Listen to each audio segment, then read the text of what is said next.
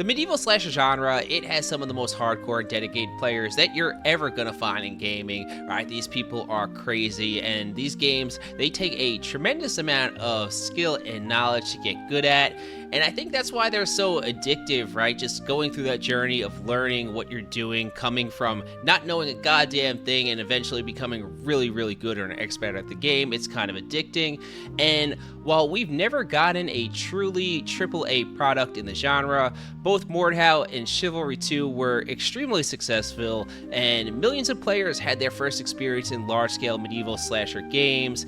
Right, like both of those games, they took the genre from Age of Chivalry and kind of moved it past that to where now a lot of people have really tried and enjoyed the games. However, both Chivalry and Mordhau, they're not going to be receiving any new content updates, which it effectively caps the growth of the game in a pay-to-play model. And when a game announces the end of updates, many of us, we begin to look towards the horizons, right, for what's going to be the next game that we're going to dive into in the genre. And today I'm going to introduce you guys to a few slasher-based PvP games that are in development, and I'll give you guys some thoughts on how successful I think these games may be, where they currently are at in development. Some of the games I've actually been able to play, fortunate enough to get that streamer privilege and get in early. Alright, if you enjoy the video, be sure to subscribe for more medieval content. Alright, so let's start with the game that I think has the biggest chance of releasing in a functional state in the year 2025, and that is Renown.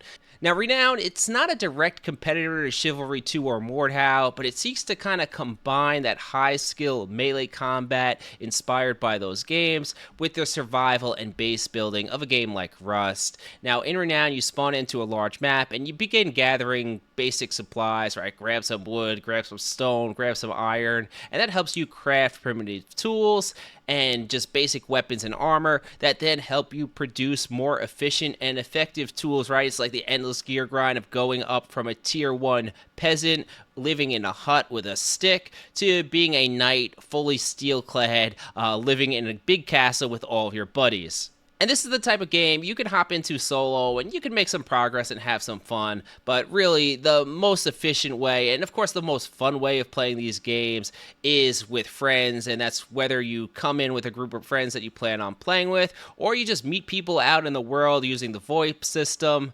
And I think the draw to these games is always the people you meet with and interact with along the way. Whether you meet someone friendly out there who gives you some wood to finish building your house, or you meet someone who says they're going to give you something and then immediately kills you when you turn your back, taking all of your gear, right? The interactions that you have in these games are what makes them so fun. And a big element of that is, of course, the risk, right? When you're going around in a game and there are stakes to it, you're going around in the game world, and you know that PvP can be around any corner, and if you die, you're going to lose all of your stuff. That's what makes some of these games so fun.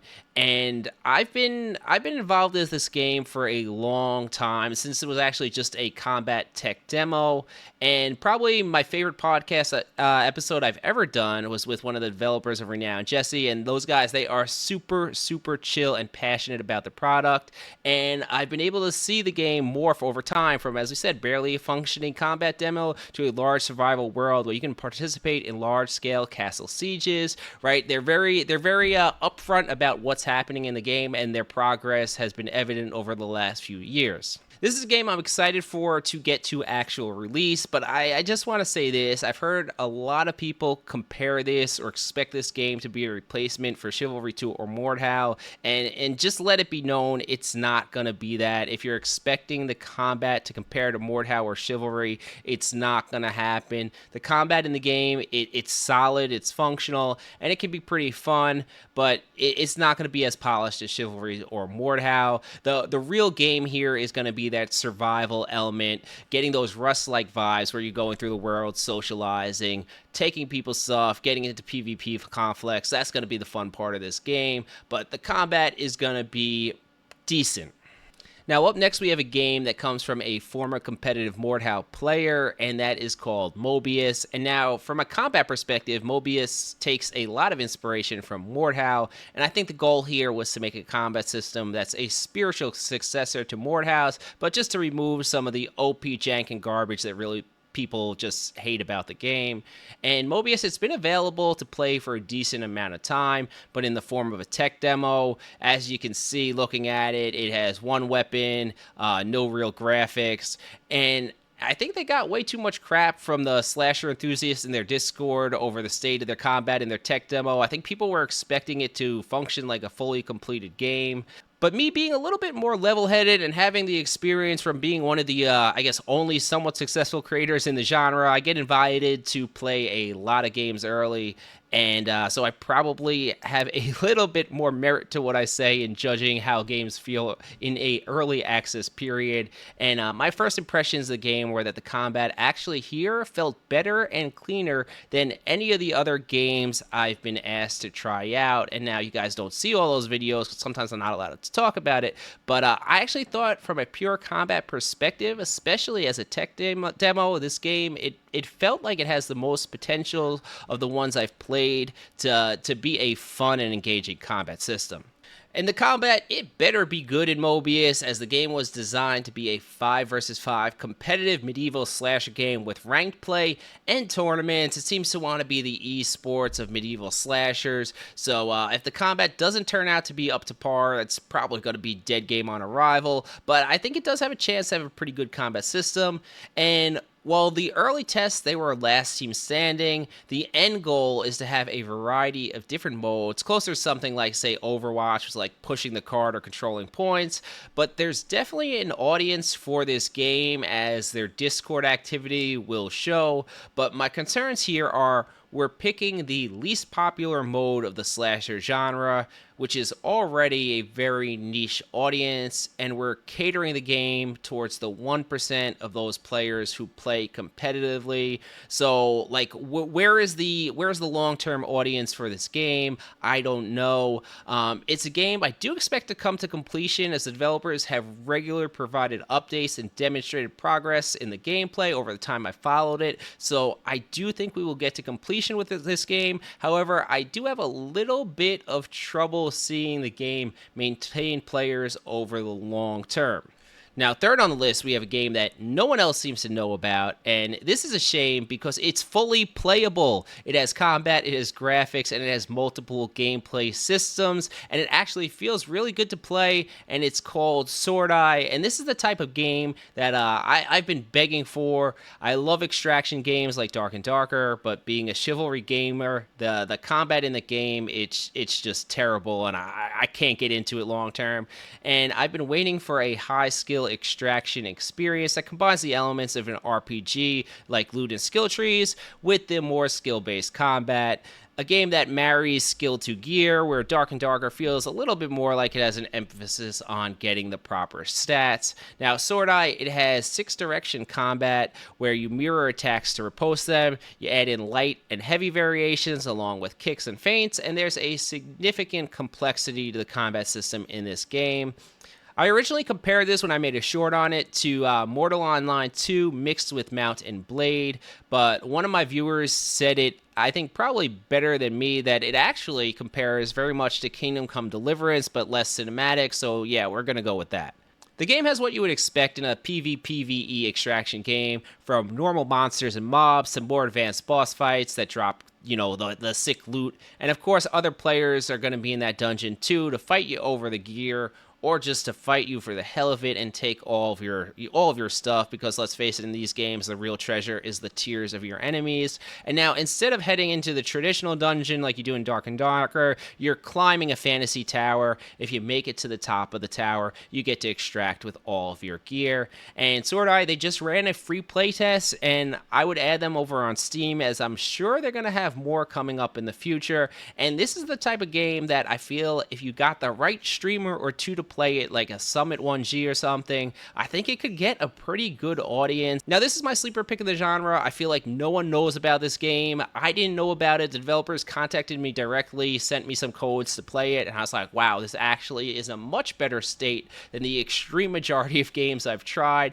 I think there's something here, so it's definitely worth putting on that wish list, and someone's got to pay Summit 1G to play this, because I think it has a lot of potential.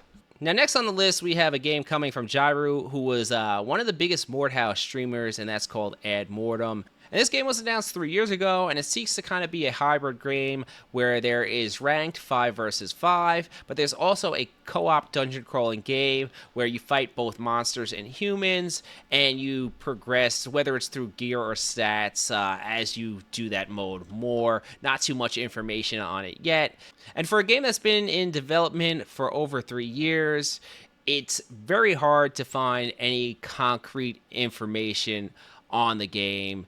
Now, a few years ago, there was some early footage on YouTube, which looked as you would expect early footage to look, right? It was a little clunky and not completed, which is fine, but it seems to have since been removed. I couldn't find it when I was trying to make the video, and all I've been able to find is this short video clip, which actually graphically looks pretty nice, but it shows absolutely nothing about the gameplay. Now, what the developers did release, and somewhat recently at that, is their website, which the artwork and the design here, it's top-notch, the website. It looks beautiful. And what I can gather is that the PvP sounds like if someone took Arena PvP from an MMO like WoW or Guild Wars 2 and combined it with the slasher genre, you'd have Mortem. The game has 8 classes that fill a variety of different roles, and it's made on Unreal Engine 5, and if the website and the leaked video can be any indication, it's probably going to look really nice visually. However, with all things, I have some concerns here, like, well, where is the gameplay footage or the developer updates, right? We've been working on this game for over 3 years, so we should have something to see. Now, you can take this 2 ways. Either they're in development hell and the project will never finish, or they're going the old school route of don't show anything until it is fully ready to release and blow us away. Now, just personally, I feel like due to the lack of information on the game, I have the least hope for this releasing anytime soon, but that being said, with how quality the website was done and how nice the graphics do look in the leak, I hold a little bit of hope here that just out of nowhere a really great game will be dropped, as I kind of can get behind that Arena MMO PvP mixed with some slasher elements genre. I think it could be a lot of fun. Remember, we all enjoyed Warhaven for about 3 days until we realized there was no depth to it. Imagine if that game had some depth. And now last up on the list, we have Contingent, also on Steam. And again, this is something that targets a 2025-2026 release date. It's another game that we know very little about, but we should keep an eye on it as it attempts to do something a little bit different than the other games in the genre. For starters, the game is based in Roman Britannia period, meaning you're going to see a much different aesthetic than we're used to in these games. Castles will be a mix of wood and stone. Weapons and armor will have a more barbaric Dark Age Britain's feel. The game, it wants to take high skill melee combat and combine it into almost a real-time strategy game where you and your clanmates control massive AI armies of troops in epic battles. Now, we've seen something like this before with Conqueror's Blade, but that is very much Dynasty Warriors Online and not exactly a slasher game. My hope for Contingent is it's some sort of hybrid between Chivalry 2 and Battlelord and can lead to some pretty epic battles that gives us, again, more variety in the genre.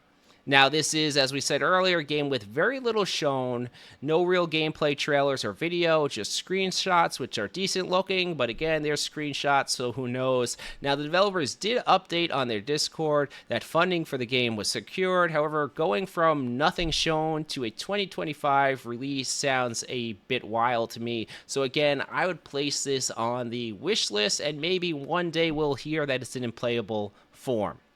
Now, as we end our video, I think you guys will see that while we're going to be getting quite a few indie slasher games, none of them directly challenge Mordhau or Chivalry 2 in the mass battle PvP feel, which I think is a good thing.